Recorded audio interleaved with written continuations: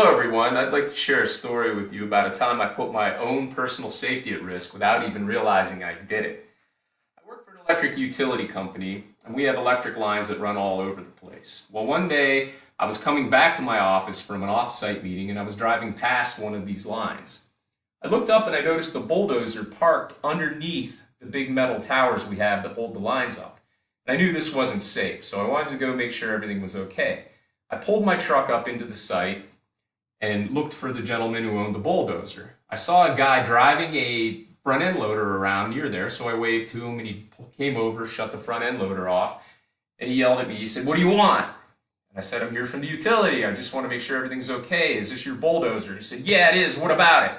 He said, "Well, you're going to have to move it. It's not safe to have it inside the tower or be that close to the tower. If you hit the tower, it can crumple and fall on you, get electrocuted. You don't want that."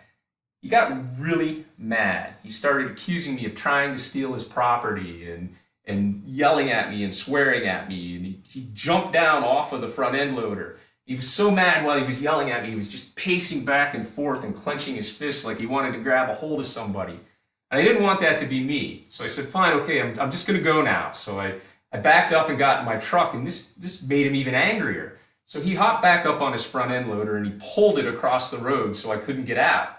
Now I knew I was in trouble, that I couldn't get out, there was nothing else I could do. I had to call 911. So I called 911, I got a hold of the dispatcher and she said, "Where are you?" I said, "I don't have an address." And she said, "I can't dispatch unless you give me an address or specific location." So I worked with her and luckily I knew the closest crossroad that I drove from and how far it was approximately. And she managed to get a police officer there. So they subdued the guy, they got him under control, they moved the front end loader, I was safe, I got out of there. But it just goes to illustrate that, when you go out into the world, you need to know where you're at, what your surroundings are, and have a specific location.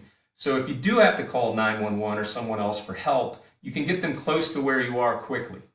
I hope this story makes you safer. Thank you for listening to it.